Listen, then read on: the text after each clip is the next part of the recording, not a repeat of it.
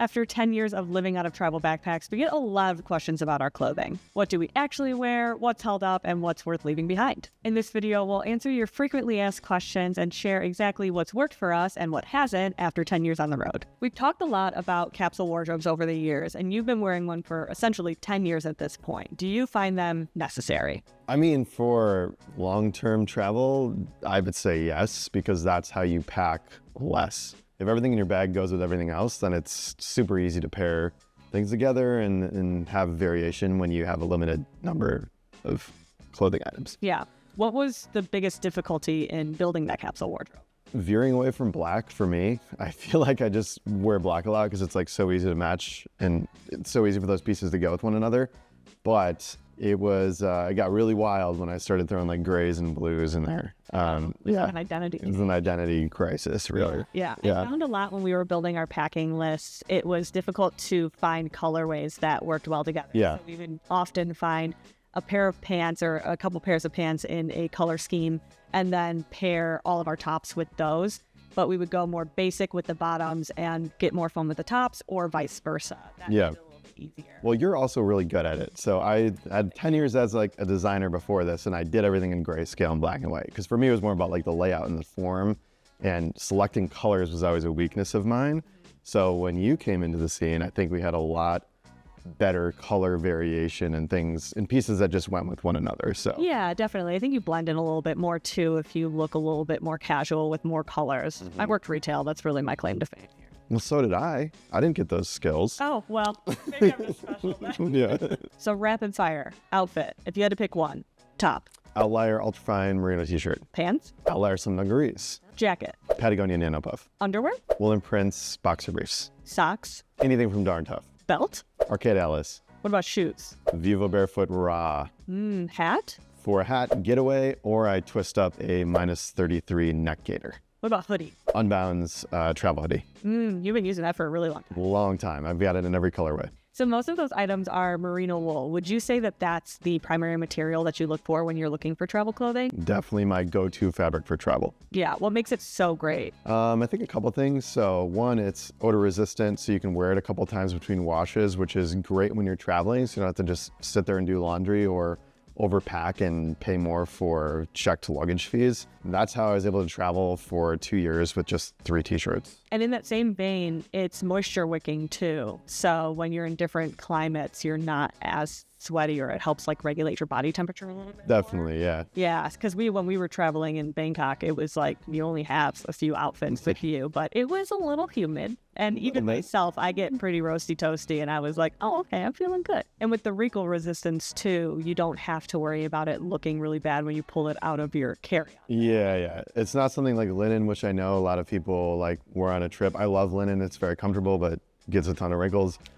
Merino is just naturally anti-wrinkle, and it's like super soft to the touch too. So that's another benefit. But as long as when you wash it, you just lay it flat to dry, no more wrinkles. And you've had a lot of your merino wool items for a really long time, especially that compact travel hoodie from UNBOUND. Yes, from UNBOUND Merino, this video sponsor. I'm super pumped that they're sponsoring this because I've been using that hoodie for like the past 3 years, or maybe 4 when we added it to our digital and my packing list. And every single year when we refresh that list, I get a whole new order of a bunch of new travel hoodies. And through testing, that continues to be the reigning champ. It is the smallest like packed hoodie, but it still keeps you warm, and it's made of merino wool. So it's got all those like great qualities that we had just discussed. Yeah, and it has a very timeless look to it as well. I think UNBOUND Merino does that really well. I think what UNBOUND has done is they've created a line of everyday wear out of merino, because with merino, a lot of clothing has been like for more active wear. Like I used to wear a hoodie that was actually for runners, and it looked like that. But I think UNBOUND does a really great job at having a whole line of just casual everyday wear. And they also are this video's sponsor, which is very convenient. UNBOUND Merino has tees and hoodies and button-ups, and all of their apparel is really versatile and timeless. All of their staple pieces work together really well to create a capsule wardrobe, so you don't have to invest in new clothing every single season. Plus, they have a commitment to ethically sourcing from family-owned farms and paying garment workers a fair wage. So if you want to pack lighter, head to UNBOUND Merino's site at the link below to stock up on merino wool clothing before your next trip. One of the major questions people have is how you actually wash that clothing when you're on the road, since you're traveling with less items. What's your process like? Yeah, so one way is just by doing a lot of sink laundry. Depending on if I'm gonna be a little more stationary or if I'm at an Airbnb or I have access to a laundromat, then sometimes I'll bring a specific merino wool wash for my merino clothing. But otherwise, like Dr. Bronner's works relatively well too. It's like a Castile soap that can basically be used for everything. Where do you dry your clothes? Do you just hang them up? So merino specifically, that's gonna be laid flat to dry ideally. You can get things like a portable clothesline just to hang up regular garments, but for merino, it can kind of stretch out a little bit. And because the fabric is a little more delicate, the lay flat drying is gonna be where it's at for those pieces. Just don't put it directly in the sun. That can kind of degrade the garment a little bit faster. So ideally in a shaded area outside with some good amount of breeze. So because you're traveling with merino primarily, do you even need like a laundry bag? I know that some people have like separate laundry sacks as well to keep dirty clothes in.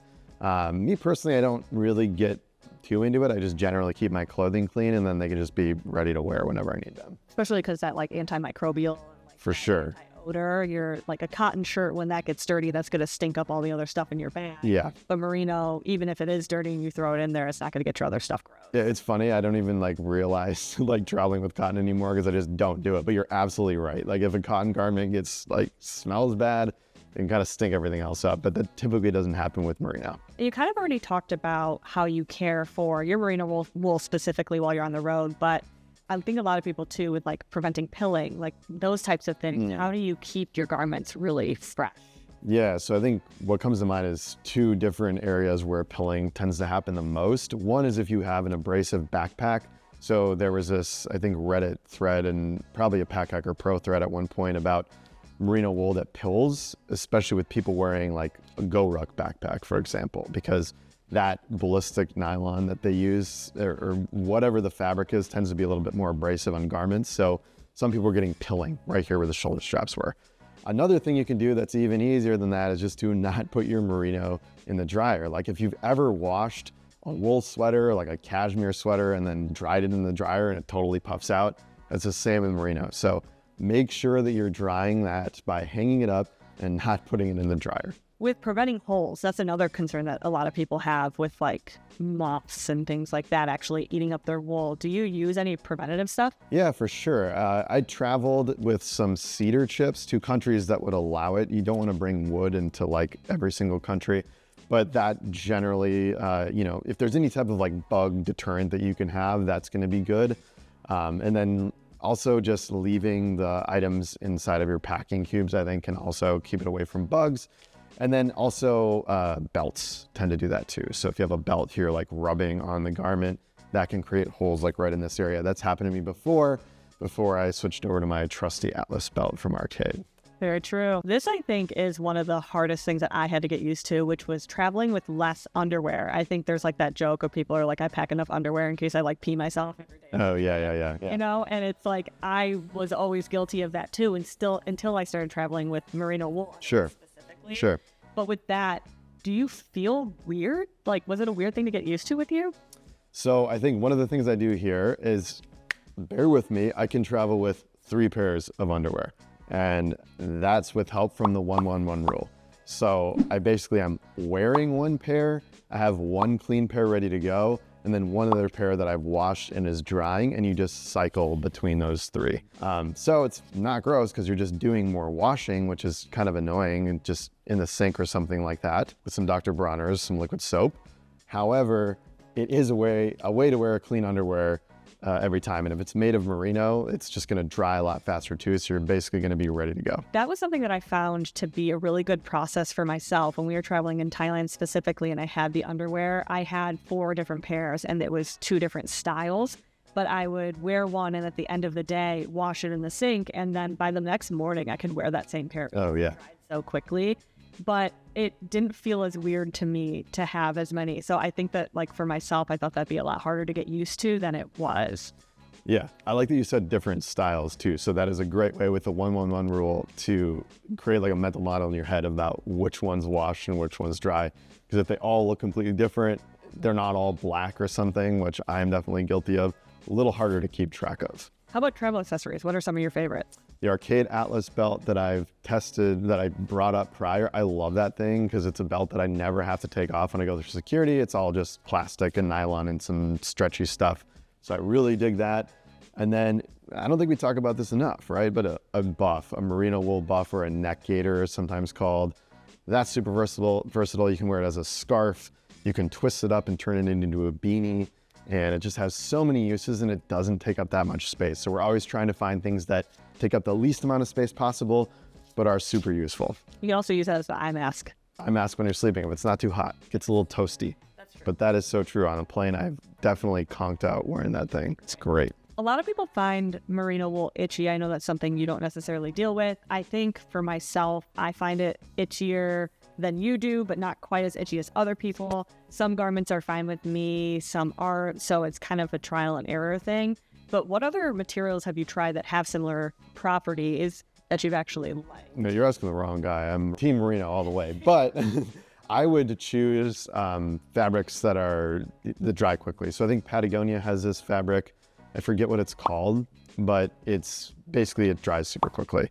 But I do find when I'm wearing that kind of stuff, it tends to like pick up my body odor faster. So I'm washing it like every day. I think as well, I've had good luck with bamboo, but with that one, it has to be processed a very specific way. So it requires a little bit more research, or else like if it's not processed a specific way, it loses those properties. So that's where it requires a little bit more effort, I think, from you on like the buyer side to figure out which ones are going to be the best options. And then linen, which you mentioned earlier, is just so wrinkly. I love traveling with linen, but I make sure that I have a way to steam that thing when I get there, iron it or something. Oh yeah, you have to. It gets really gnarly looking, but it feels very nice in summer and hot weather. I think though, in terms of like a actual material, merino wool just really comes out on top a lot if you can handle the feel of it. Definitely. There's also a bunch of other types of fabrics or things that are woven in. I think some are marketing, some are not. Like there's micromodal, which is one, or modal, which is one. You have microfiber that some people don't like the feel of microfiber.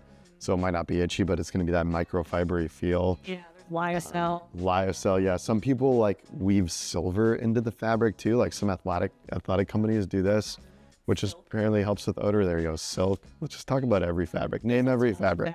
There's a ton of fabrics out there, and I think it really is trial and error too. Like make sure you're getting these items before you go on your trip. If you're wearing a shirt for the first time when you're traveling, there's a chance you're going to find 15 things you don't like about it. So make sure you get it ahead of time. Just wear it around casually, and then you'll know whether or not it's going to be something that works for you. I know a lot of people's concern with merino wool is the price. Do you think that it's worth it? For me, it's definitely worth it. And I'll bring up a example of when I was traveling for 2 years with 3 t-shirts in 2017. So we just did the math on this, but during those 2 years, I wore each shirt, like a little over 200 times. And it netted out to be about 60 cents per wear, which is more than cotton. But since I only had 3 shirts and I could wear them more between washes, it ended up being a lot cheaper because I wasn't checking my bag. I was on a flight like every 2 weeks. So I saved a ton of money on checked luggage fees. I'm wearing some really nice, soft and comfortable clothing that is odor resistant and dries quickly. And yeah, it was just overall worth it. What are some of your favorite merino wool brands? UNBOUND, this video sponsor, obviously. And then Woolen Prince is really up there for me. Mac on the West Coast is doing some really awesome stuff.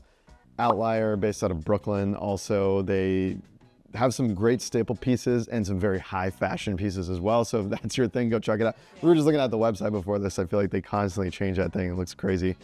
And then I think there's like some classics too that have been around for a while, like Minus 33 is really good. Woolex is another one to check out. Icebreaker. A lot of these are more like that performance merino wool though, of like what used to be before companies like UNBOUND, Woolen Prince, Outlier have come in and brought merino wool into like the everyday wear category. What about you? Did I miss anything? I would add Brandwin. I've really liked them recently. They're where with the digital nomad packing list, I've had their underwear, but they also have released like compression leggings recently. And they have a very like neutral look to them as well, kind of a more casual like t-shirt, tank top kind of a vibe.